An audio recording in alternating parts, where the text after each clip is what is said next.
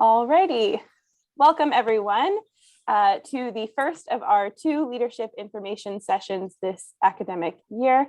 We will be talking about 4 different exciting opportunities of residence Donship, Commuter Donship, mentorship coordinator, and orientation coordinator.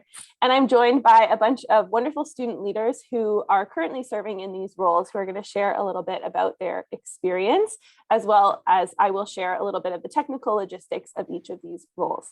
So before we get started, I'll just ask that the 5 who are helping me out today, and we have a couple other residence Dons on the call to hear and to help as well.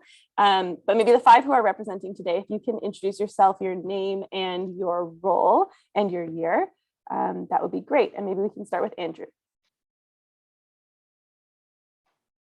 Hi, my name is Andrew. I'm in my 3rd year and I'm serving as a Commuter Don this year.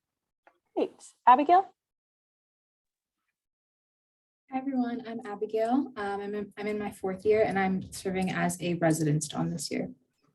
Laura? I'm Laura. I'm a senior residence Don. I'm in my 5th year and this is my 3rd year of being residence Don. Awesome. Joshua?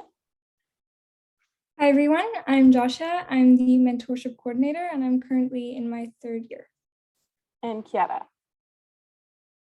Hi everyone, I'm Kiara. I was the orientation coordinator for 2021 or 2021. I don't know why I said it that way. That's kind of weird. And I'm in my 1st year of my master's. Awesome, thank you. And I'll just have them introduce themselves since they've joined us. So Sue? Hi everyone, I'm Suk. I am a 4th year and senior Don at St. Mike's. This is my 2nd year as a Don.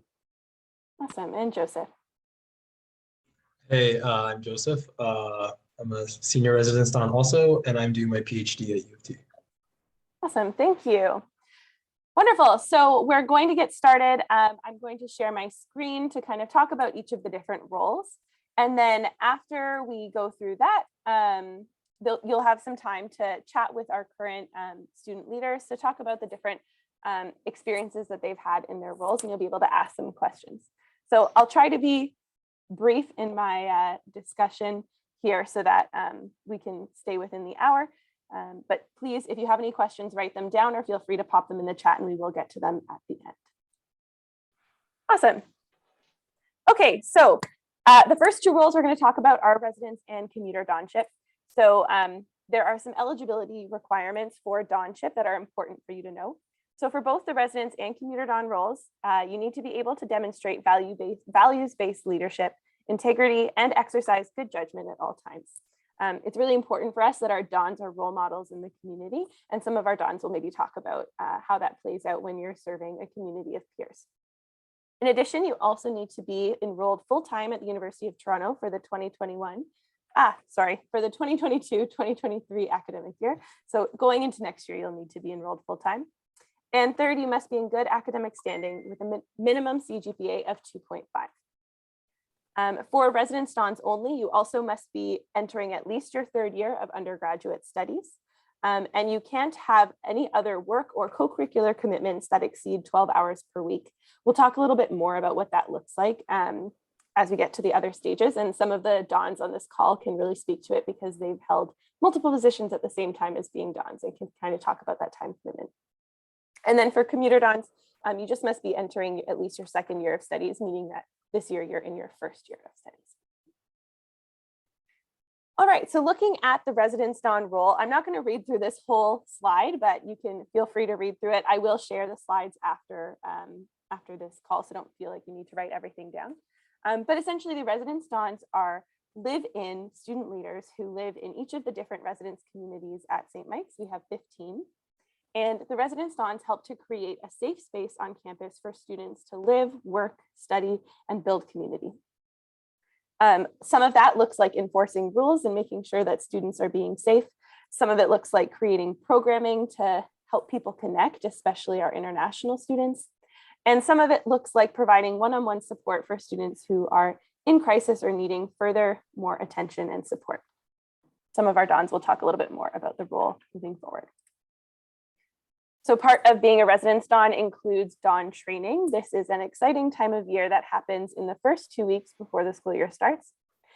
So you'll be asked to move into residence in about the 3rd week of August to begin an intensive period of training.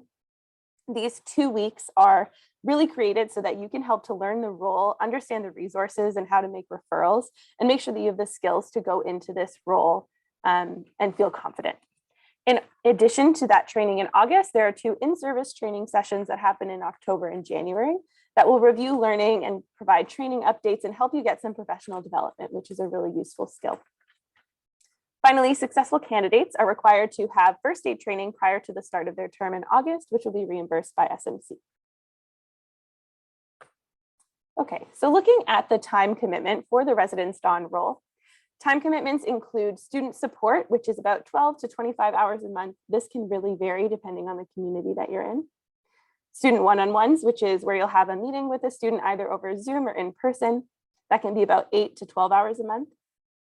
Residence programs like movie nights and tea parties and fun activities, that can take between 12 to 18 hours a month, depending on the programming you choose.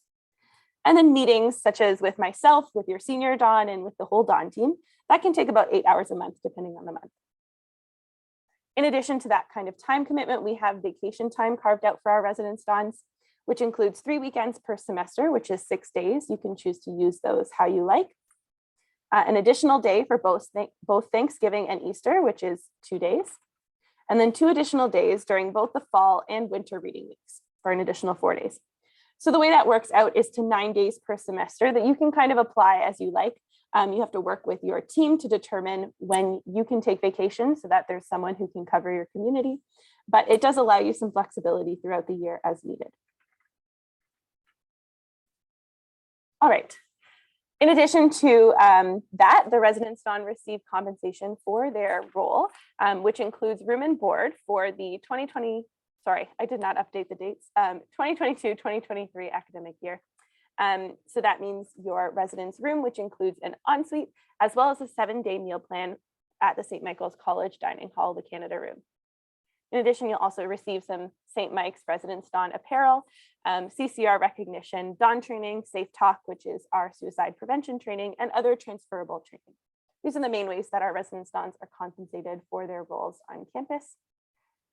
And I believe that's it for the Residence Dons. So before I move on to Commuter Dons, are there any immediate questions about what I've just discussed about Residence Dons?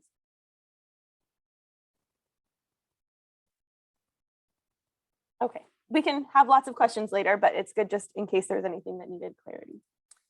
Okay, so the Commuter Dons. The Commuter Don role is a complementary role to the Residence Don one, and the Commuter Dons were created in 2013 as a way to serve our commuter students and help provide some similar programming to that of Residence Dons to commuters who maybe sometimes feel like there isn't as much community on campus for them. The Commuter Dons help students transition to university by offering a specialized commuter orientation in the summer. They also offer office hours in their newly redesigned office, which Andrew can maybe tell you a little bit more about later. And during their office hours, they're able to offer some programming and different opportunities for students to connect. They also allow students to book one-on-ones with them so that they can provide resource referrals and help make connections. And they also serve to help students get involved in the other clubs by collaborating with different clubs and student groups across campus. Commuter Dons do a similar training program to the Residence Dons, and they're invited to live on campus during Don training for the last 2 weeks of August. And in addition, they also attend the in-service training sessions in October and in January. And they're also expected to have first aid training, which will be reimbursed by SMC. So almost the same as Residence Don training. However, their sessions are tailored towards the Commuter Don role because they are quite different roles. The Commuter Don time commitment. So part of the Commuter Don role includes student support, which is about 12 to 25 hours a month. Student one-on-ones, depending on the students that you're serving, which can be between 8 to 12 hours a month. Commuter programs such as the movie nights and games nights and events that I talked about, that can be between 12 to 18 hours a month. And then similarly, you'll have meetings with your senior Don, team meetings, and meetings with me, which can total around 8 hours a month. Since the commuters do not live on campus, they receive a different type of compensation, which is a $2,000 honorarium for their service. $300 flex dollars for use in the Canada Room or Kelly Cafe, USMC Commuter Don apparel, CCR recognition, Don training, and Safe Talk and other transferable training similar to the residence dons. Any questions about the Commuter Don role immediately or any clarifications required before I move on? Yes, Diana. I just had a question about, can you hear me? Yep. I just had a question about Commuter Dons will move into residence over the summer for 2 weeks, right? Yes, just for 2 weeks.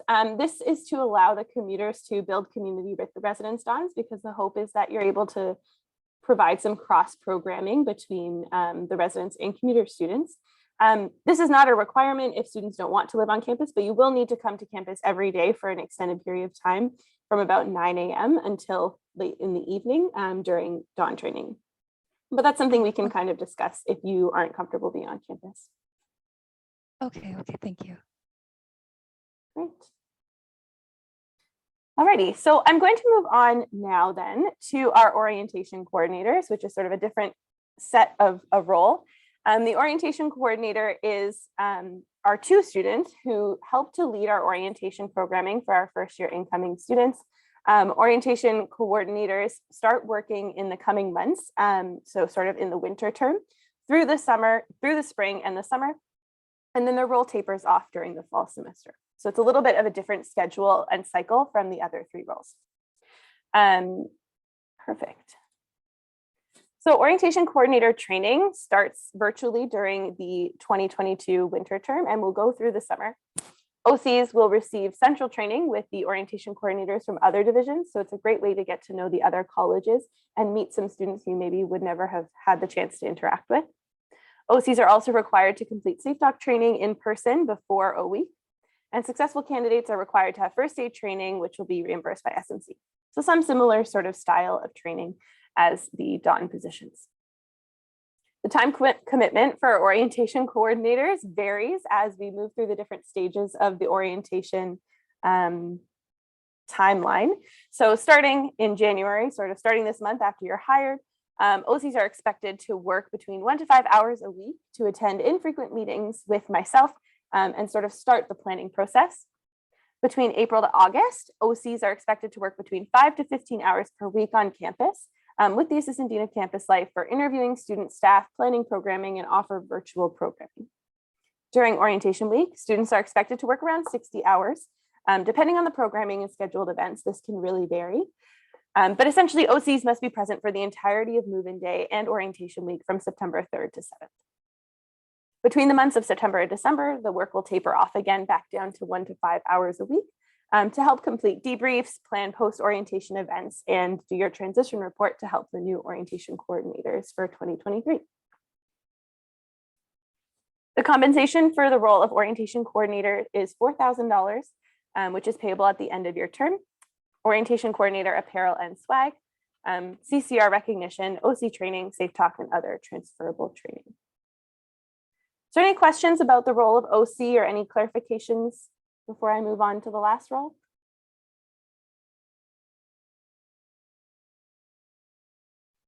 Awesome. All right, so the final role is our mentorship coordinator. So the mentorship program serves our incoming class of students through the summer and the academic year.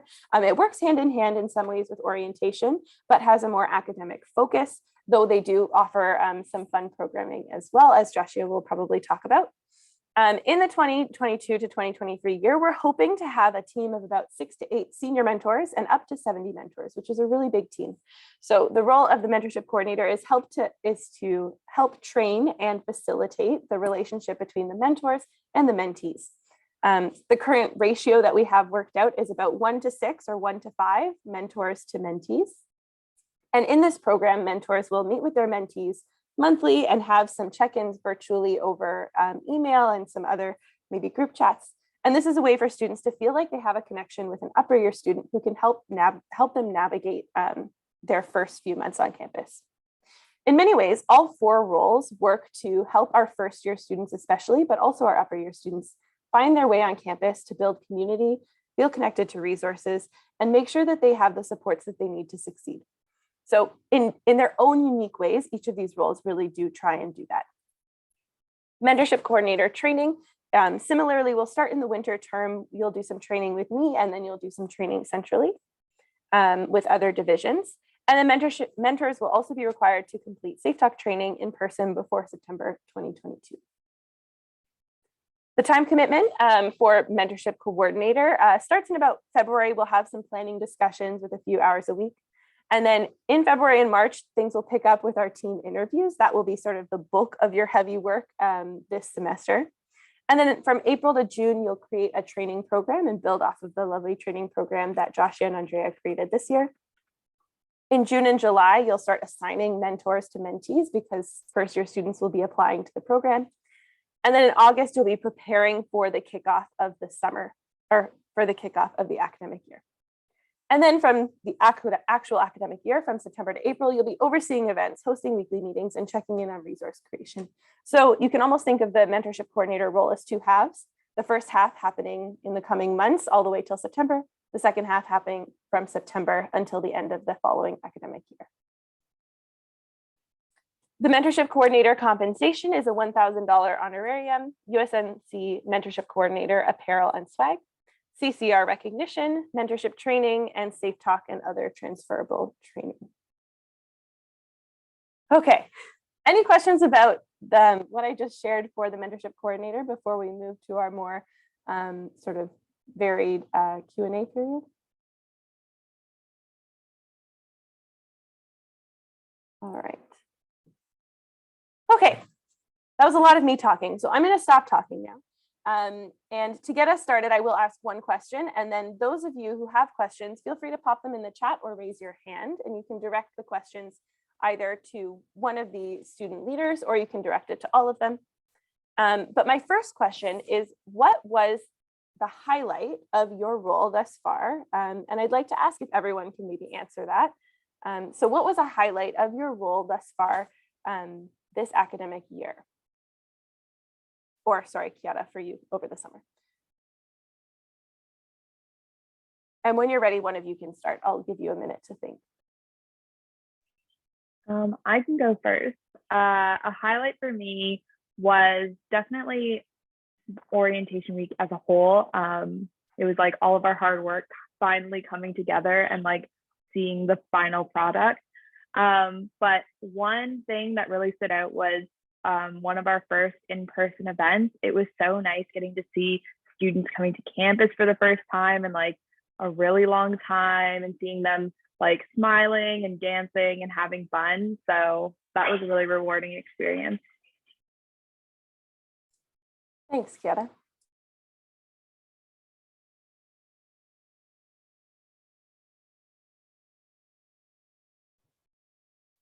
I can go next. Oh, go ahead, Joshua. No, go ahead. It's fine. I was gonna say I have a lot of kind of smaller highlights. Like for me, a few highlights were definitely seeing some of my residents from like last year coming back as student leaders or just coming back to live on residence. And also just seeing how interesting it can be to interact with residents that, you know, you might think that they like certain things, but then you get to learn about them and their interests and just getting close to them. And like, for example, I had a karaoke night and residents that I just really didn't expect to be there were there and they were jamming and just having the best time. And so moments like that can be really, really rewarding and fun. Thanks, Abigail. Tasha? Yeah, so I guess this is more like, again, just like Abigail, it's more holistic. I don't think I can pinpoint one thing because everything was so amazing. But for me, I think it's been mentorship is a lot about people and a lot about growth. And I think both of those factors really came together for me. I have had the opportunity to interact with some amazing people over this period. Some of the mentors are here as well, and I'm very happy to see you guys. But it's been the opportunity to see how you all have grown as leaders, as students in the community, and how your perspectives have changed. And that's been the same for me. It's been a very fulfilling experience in terms of just being able to interact with all of you and learning from you. And I guess I hope that that can continue in the following years as well. I'll go.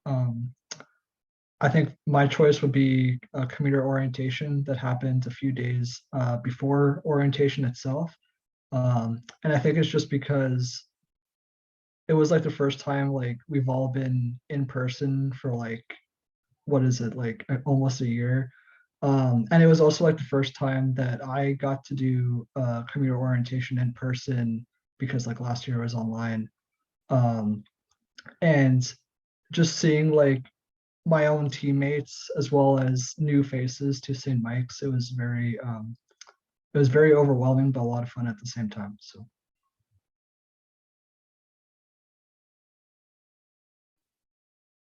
I am the last one who needs to go. But like a few other people have mentioned, there's a lot of pressure to pick one moment, but I'm going to pick just a simple moment because I think the simple moments in residence life are honestly what I appreciate the most. So last semester, we had a really great semester on res of Dean's Cup events.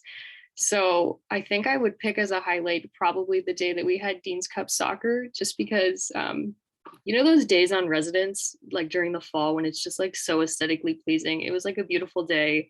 I had a really good showing from my floor and also my brother floor, and they bonded really well and they worked really hard. And I think all the floors were having a really great time. And then in addition to that, I had some residents from last year who are now running the council, and they're doing a great job, and they did a great job that day. Anouk is laughing. Yes, she is one of them. We have a great SMRC council, and I'm really proud of them. So I was just proud of my current residents, my past residents, and I thought everyone had a lot of fun. It was a really nice day. Awesome. Thanks, Laura. So does anyone in the audience have any specific questions about some of these roles? I have some backup questions if no one does, but I'd love to open the floor. Yes, Anouk. Yeah, I had a question kind of, I think, for all positions, kind of like going the other route. I was kind of curious to see what like one challenge you guys felt was more prominent maybe for you in your role.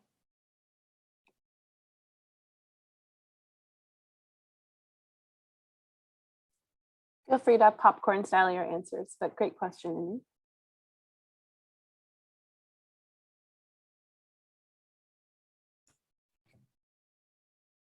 Go ahead, Laura. Okay, I think if I were to be entirely candid, and I think this was a lot more difficult for me during the pandemic as well, would be knowing where and when and how to establish boundaries. Just because I think for a lot of residence dons trying to support their students in residence during the pandemic, there was a lot of pressure to be that person that was providing all the things that all the other supports couldn't provide just because of the nature of restrictions. But obviously when you're, you know, trying to support, I guess last year would have been up to probably like 25 students. That's a lot of pressure to put on yourself. Like you can't entirely fill all of their needs just being one person. Yeah, and then just aside from like, you know, more support things, wanting to be their friend, but also putting those boundaries in place because, you know, you can't always be their friend, nor should you be. I don't know if that made sense, but I think for me, that would probably be one of the greatest challenges. I could go next. I think with all the responsibilities that come with leadership in general, this year it has been very fluid. There have been a lot of changes that have taken place. And for me, I used to think before this role that leadership was just about, you know, having a proper plan in place and just going on implementing whatever events you've planned out. And it should be smooth if your plan is like proper and it's organized well and everything. But with the current environment, I guess it has definitely been more challenging to interact with people, have those meetings, and then, you know, put that plan into practice. I think it's more chaotic than one would assume. But I guess overall, I think just the transition from organization to implementation, that's definitely a challenge in the current scenario.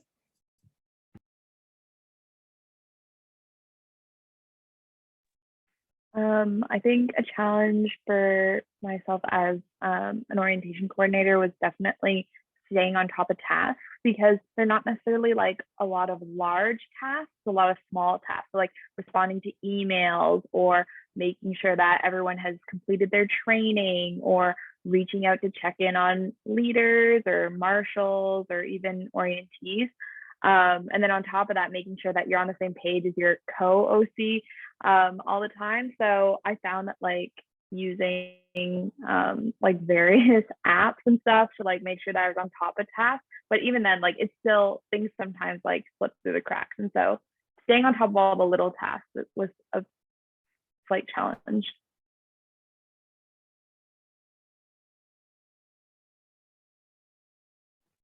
I could go.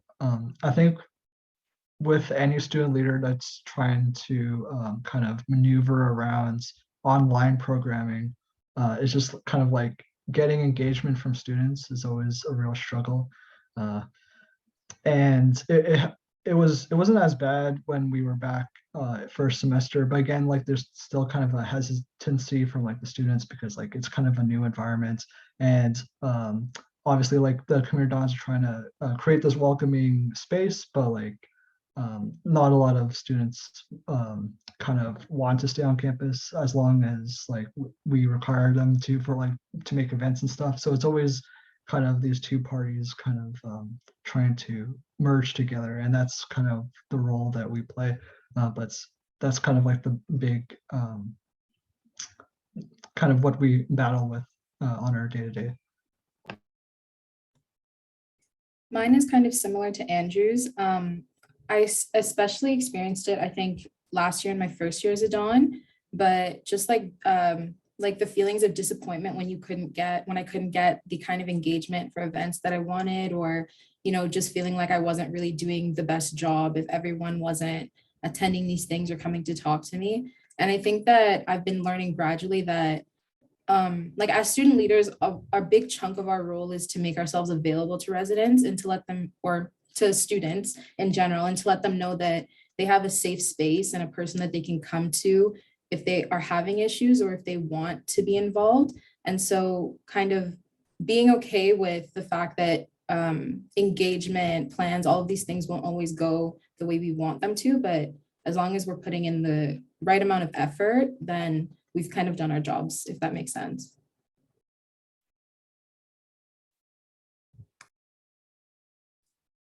Awesome, thank you. Are there any other questions from the group?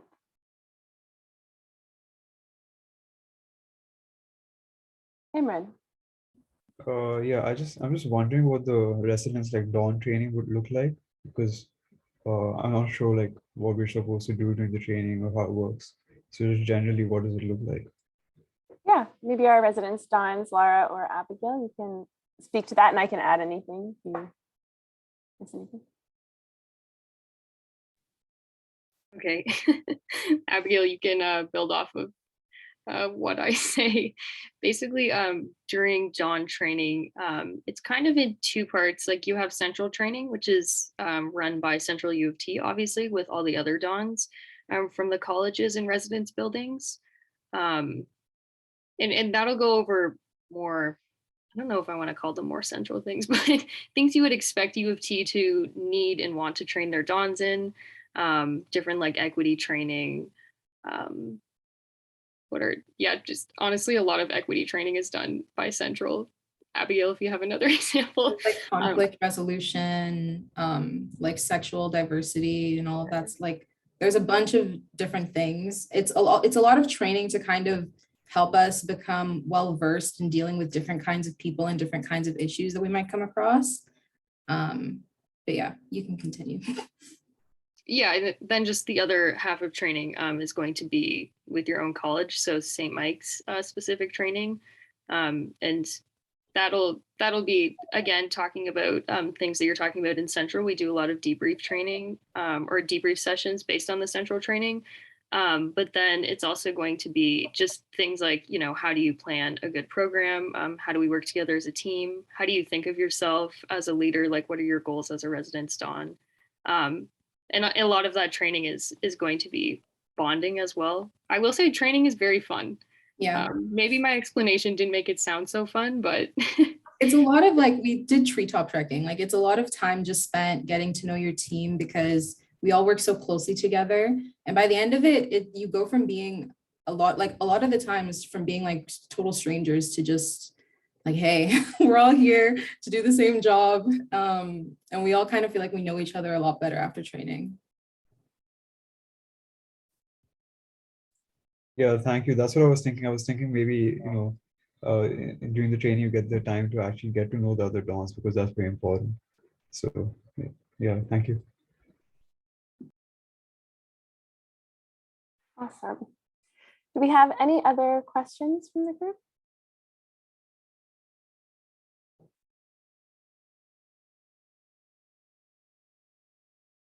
If not, I have a question that I would like to pose to everyone. Can you maybe talk a little bit about what the experience of balancing this student leadership role with your academics and with some of your other commitments, like any clubs or student groups that you're a part of? What is it like trying to balance those? How do you prioritize and how do you stay on top of things? Or how do you struggle when you're maybe not staying on top of things, and how have you found that?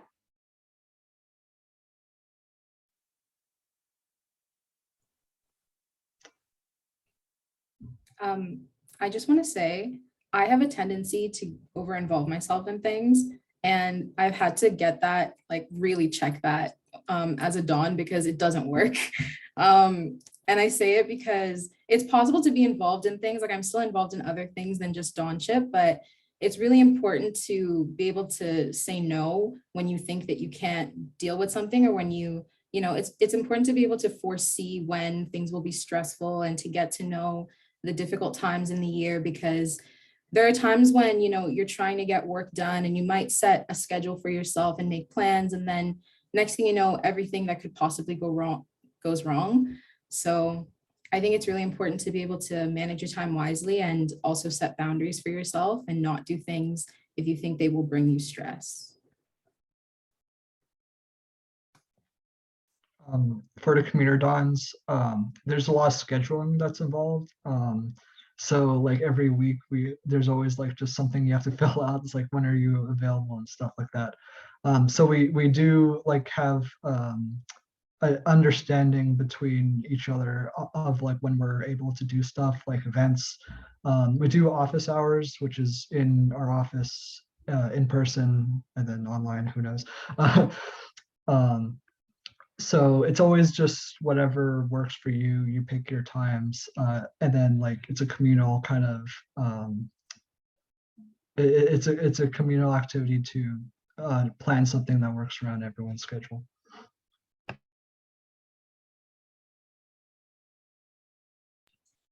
I think for the mentorship coordinator role, it's a lot busier during the early periods, especially when you're conducting interviews for all your mentors and senior mentors, and you're planning trainings and everything. So definitely the summers were more occupied for me compared to the fall and the winter session, because that involves more of implementing things. And just like Andrew mentioned, it's a lot about collaboration. So we have a team of senior mentors and we all collaborate and work around our schedules and try and plan events that work for students as well. So you'll notice that there are periods where you're busy and the students are busy as well. So it's a good thing to maybe prioritize your studies at that time and not have too many events planned, or have too many meetings planned, and like try and organize that with that perspective in mind. So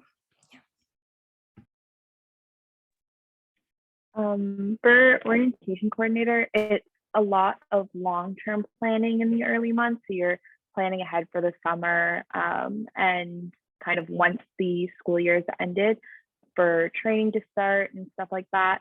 And so those early months, I found it was really helpful to like have a really big plan of like from whenever we're hired in like February until September, and then kind of breaking that down into smaller tasks. And let's say it's like something like there's one big task, breaking that one big task into like all these other smaller tasks, like send out emails or contact this person.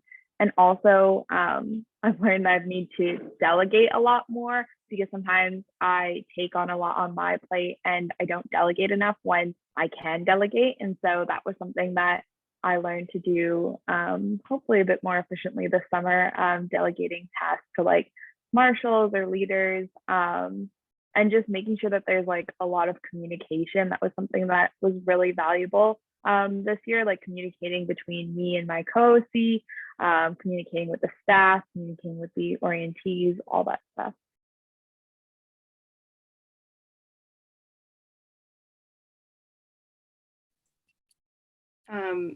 Okay, yeah, I'll go. Yeah, I think that managing your time is obviously hard. I think all students feel that, regardless of, you know, if you're really involved in student leadership or if you're not. I guess in my experience in residence life, I think what can make it harder is if you get your priorities mixed up, and all of a sudden, you know, everything that you're prioritizing is your role in student leadership. That's why it's good, at least in residence life, when you have your ADRL checking in on you and reminding you that you are a student first. So if you always remember that, sometimes it can be easier during those moments of stress. And also remembering that can make it easier to remind yourself to go to people to support you when you need it. When you need support, just be honest. You have a senior Don and an ADRL who are there to support you. Yeah, you don't have to like bear all the weight on your own. Yeah, so those two things can make it easier. Awesome. Thank you, Laura. Any other questions from the group?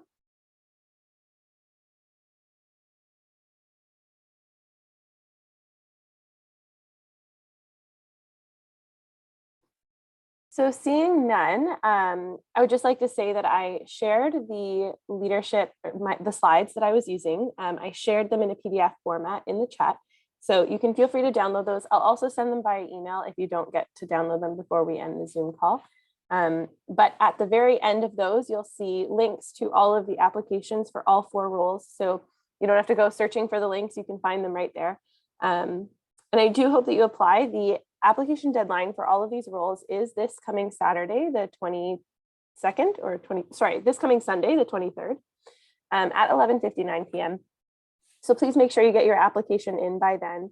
And if you have any questions about the application, I'd be happy to answer them. One thing I thought might be nice to do for these last 10-15 minutes is I will open a breakout room, and I'll just ask that the student leaders who are in these roles just pop into the breakout room labeled by your role. And if any of you have any questions or you just want to chat, maybe not in this large space, but more one-on-one in a smaller group, you can pop into the breakout room. Feel free to ask some of those questions, just hear a little bit about the role. And then whenever you're ready to go, you can leave the meeting. You don't need to stick around. That's sort of it for my final announcements. I'll stay in the main room. So if any of you want to chat with me, you can stay here and chat with me. And then otherwise, I really look forward to seeing your applications for all of these roles. Does that sound good to everyone? Sorry, student leaders, I'm sort of springing that idea on you, but you're all the best, so I figured it would be okay. All right, great. I'm going to stop the recording now.